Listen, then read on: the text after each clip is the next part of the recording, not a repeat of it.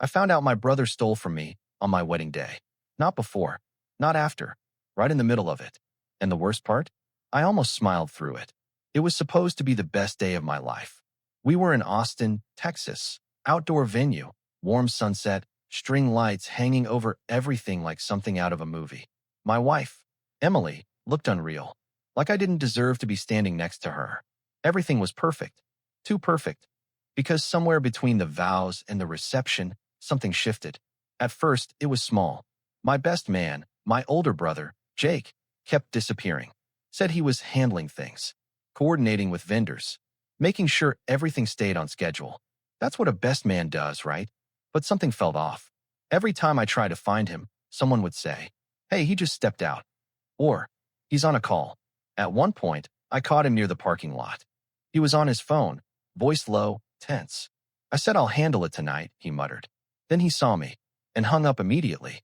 "Everything good?" I asked. "Yeah," he said too quickly. "Just wedding stuff." "Wedding stuff?" I nodded. But that feeling, that gut feeling, it didn't go away.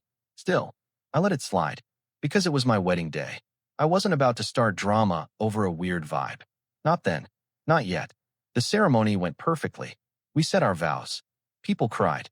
I probably cried more than I want to admit. Then came the reception. Music, drinks, laughter. For a while, I forgot everything. Until my phone buzzed. I almost ignored it. But something told me not to. It was a notification from my bank. I frowned. That was already strange. Who checks their bank account during their own wedding? Apparently me. I opened it. And that's when my stomach dropped. A withdrawal. $12,000. Gone. Right then. Right there. On my wedding day. And the account name attached to the transfer? It wasn't a company. It wasn't a vendor. It was a name I knew. Too well. Jake. I stared at my phone like it had to be wrong. $12,000. Just gone. On my wedding day. And somehow, my brother's name was attached to it. My first instinct. Glitch. Fraud. Anything but that.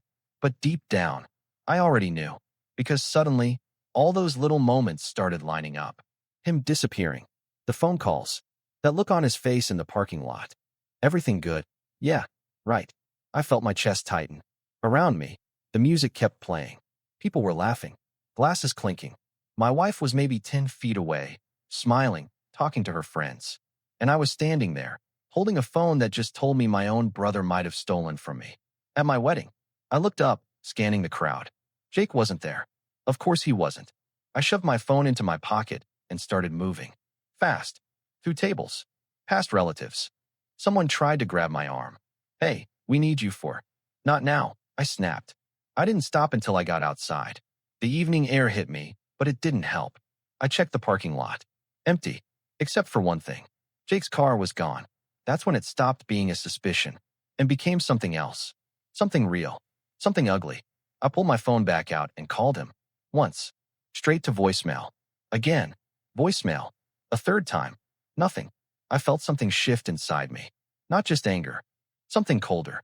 Then my phone buzzed. Not a call. A message. From Jake. I opened it immediately. I can explain. That was it. No apology. No denial. Just that. I typed back instantly. "Explain what, Jake?" 3 dots appeared. Then disappeared. Then came back.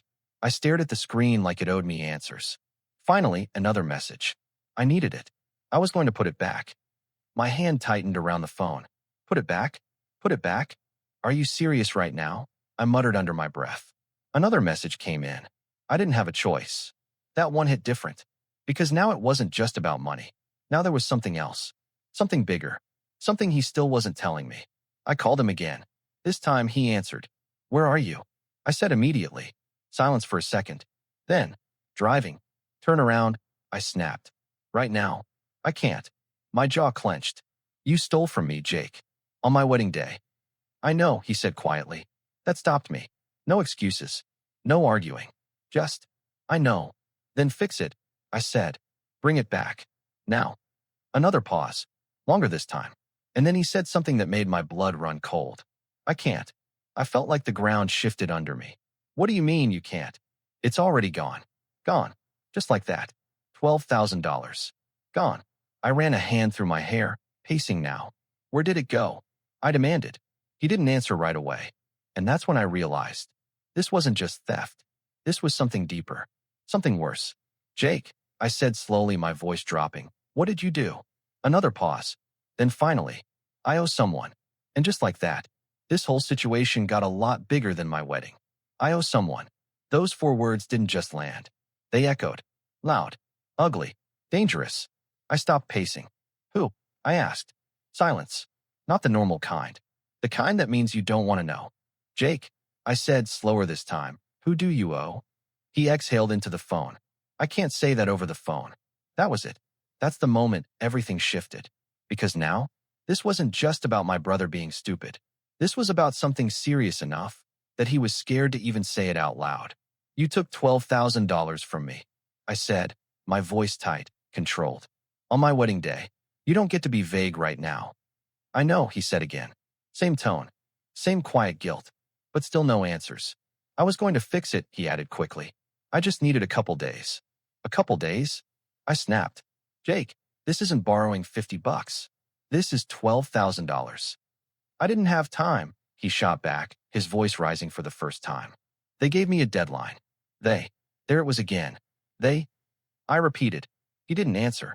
Instead, he said something worse. They were going to come to the wedding. Everything in me went cold. What? I couldn't let that happen, he said. I thought if I paid part of it, they'd back off. Paid part of it. With my money. At my wedding. You brought this to my wedding?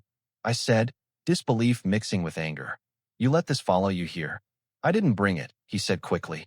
It follows me everywhere. That line stuck. Because it didn't sound dramatic. It sounded real. Messy. Ongoing. What did you get yourself into? I asked. Another pause. Then, gambling. I closed my eyes. Of course. It always circles back to something like that. How bad? I asked. Bad, he said. Numbers, Jake. He hesitated. And that hesitation told me everything. More than I can fix right now, he admitted. That wasn't an answer. That was a warning. I leaned against the wall, trying to stay grounded. So you thought the solution was to steal from me? I said. I was going to put it back, he repeated. Stop saying that. I snapped. You don't get to say that anymore. Silence. Then, quietly, I didn't know what else to do. And for a second, just a second, I heard my brother again. Not the guy who just stole from me. Not the problem. Just him. And that made it worse. Because now this wasn't simple. It wasn't just anger. It was history. Family. Trust. All right, I said finally. Listen to me very carefully. He didn't interrupt. You're coming back? I continued. Tonight. You're going to stand here, look me in the eye, and tell me everything. No more half-truths. I can't come back, he said immediately. My grip tightened on the phone. You don't get to decide that. Yes, I do, he said. Because if I come back, they might follow. There it was. The thing he'd been avoiding. And suddenly, my wedding didn't feel safe anymore. Jake, I said slowly. What kind of people are we talking about? He didn't answer directly. He just said, the kind you don't want showing up uninvited. I looked back toward the venue. Music still playing. People laughing. Emily still inside. Completely unaware. And just like that, this stopped being just his mess. Because now, it could walk straight into my life. I walked back inside like nothing happened. That was the hardest part. Smiling. Nodding. Pretending everything was fine. While my mind was running through every possible worst-case scenario. Because now I knew 2 things. My brother had stolen from me. And whatever he was involved in, it wasn't small. Emily saw me the second I walked in. She smiled. That kind of smile that hits you right in the chest. You okay? She asked, stepping closer. For a split second, I almost told her everything. Right there. But I stopped. Not because I didn't trust her. Because I didn't want to destroy this moment. Not yet. Yeah, I said. Just needed some air. She studied my face for a second longer than usual. Like she knew something was off. But she let it go. Come on, she said, grabbing my hand. They're about to do the speeches. Speeches. Of course. I followed her, my head still somewhere else. We sat down. People gathered. Laughter again. Normal. Too normal. Then the DJ stepped up. All right, everyone. Let's hear it for the best man, Jake. The room filled with applause. My stomach dropped. Because Jake wasn't there. And nobody else knew. At first, people laughed a little. Guess he's nervous. Where'd he go? Then it got awkward. The DJ looked around, confused. Is Jake here? Silence. All eyes slowly shifted toward me. I forced a smile. Give him a minute, I said. He's handling something. Handling something. Yeah, that was one way to put it. They moved on. Someone else stepped in. Crisis avoided. On the surface. But inside, everything was cracking. I felt my phone vibrate again in my pocket. I didn't even hesitate this time. I stood up. Be right back, I whispered to Emily. She nodded, but now she was watching me closely. I stepped outside again and pulled out my phone. Another message from Jake. They're calling me. My pulse spiked. I typed back immediately. Who? No response. Then, incoming call. Jake. I answered instantly. Where are you? I said. His voice was different this time. Lower. Tense. They found me. Everything in me went still. What do you mean, found you? I think they tracked me, he said. I just got a call. They know I left. Left? You mean the wedding? I asked. Yes, he said. And they're not happy.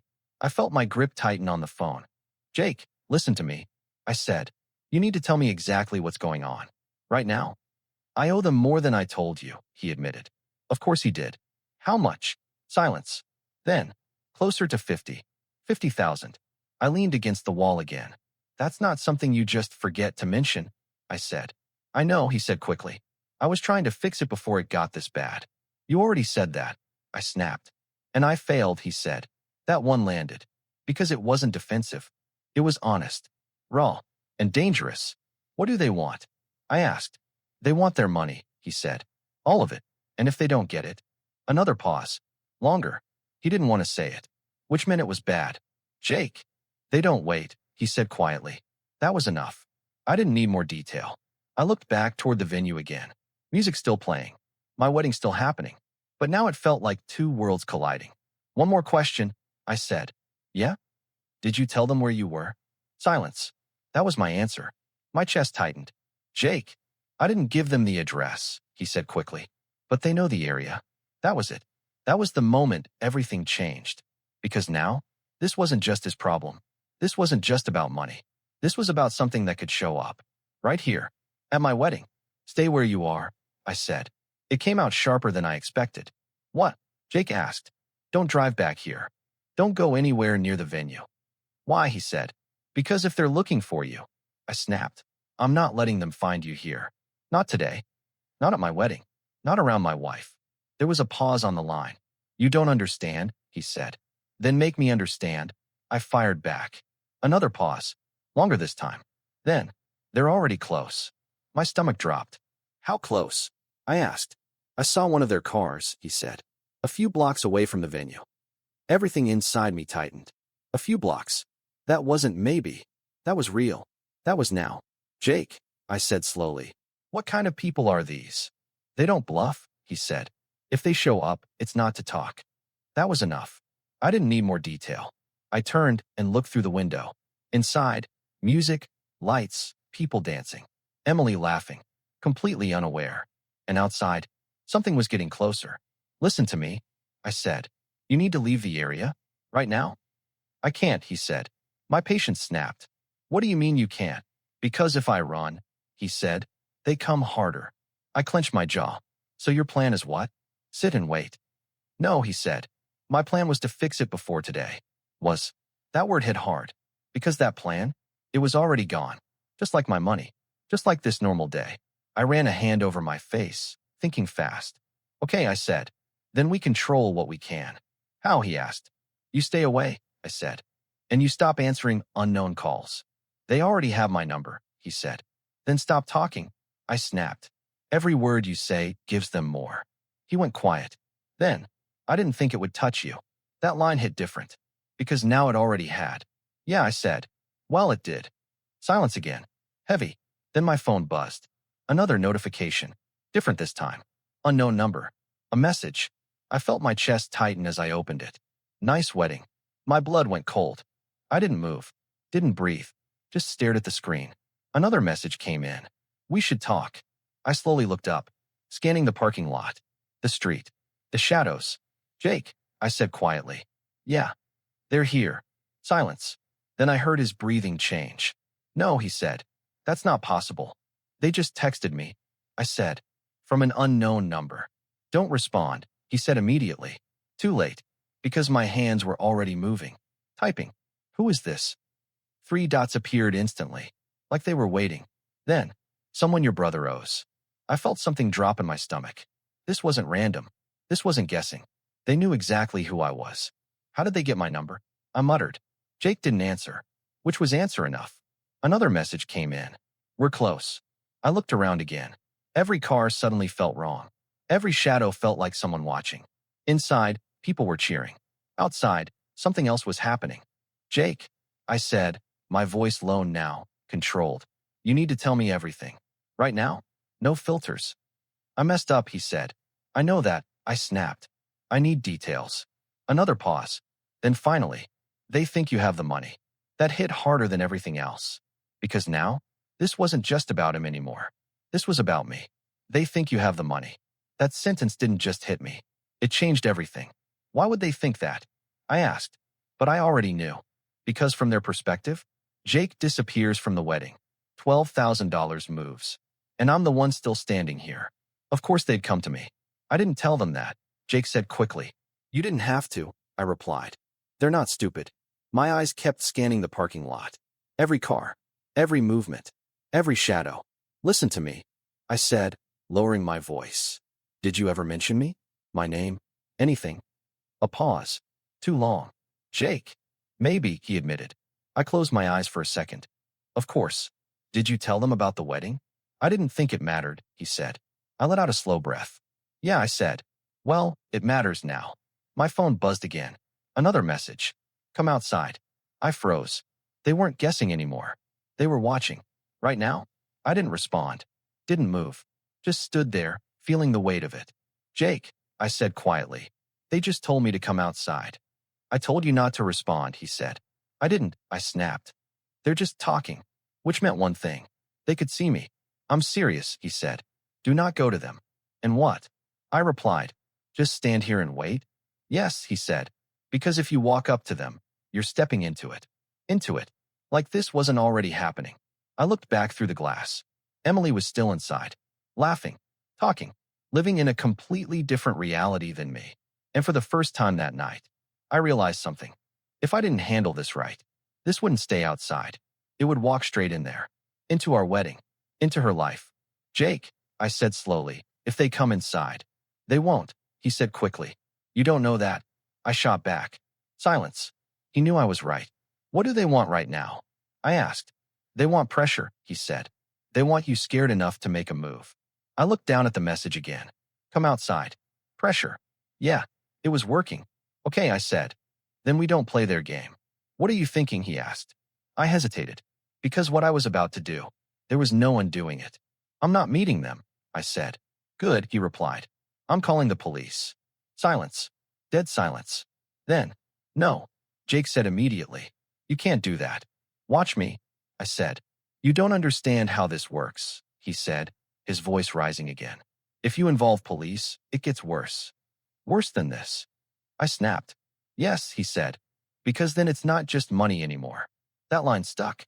Because if this wasn't just about money, then what was it? I looked around again. Still nothing obvious. Which made it worse. Because it meant they were close. Hidden. Watching. My phone buzzed again. Another message. Don't make this complicated. My grip tightened. They knew. They knew exactly what I was thinking. Jake, I said slowly. This isn't staying between you and them anymore. I know, he said quietly. And I'm not risking my wife over your mistakes.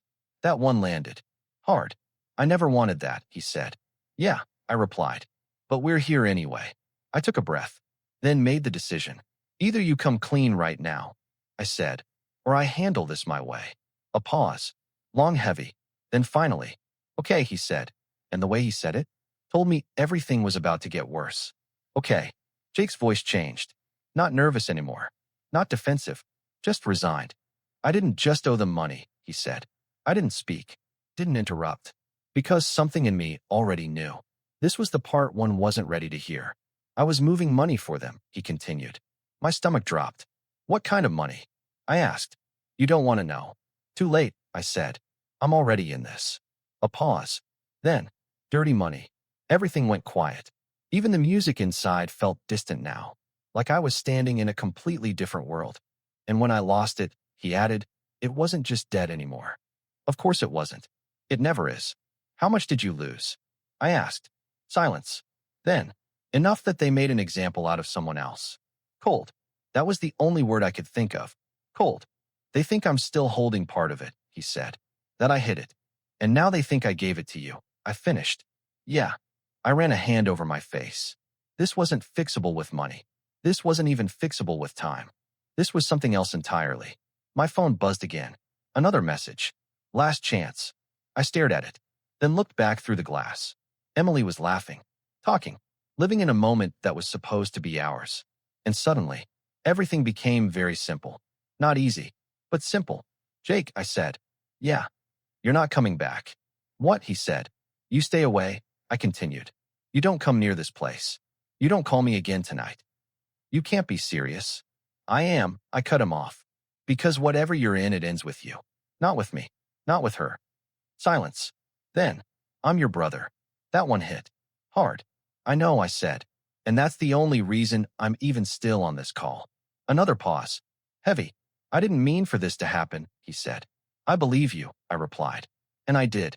That didn't change anything. I'll fix it, he said. No, I said quietly. You'll deal with it. There's a difference. I looked at the message again. Last chance. Then I did something Jake didn't expect. Something they didn't expect. I blocked the number. Just like that. No reply. No meeting. No game. Then I ended the call. And for a second, I just stood there, breathing, thinking, choosing. Then I walked back inside. Back to the music. Back to the lights. Back to my wife. Emily turned as soon as she saw me. Her smile faded just slightly.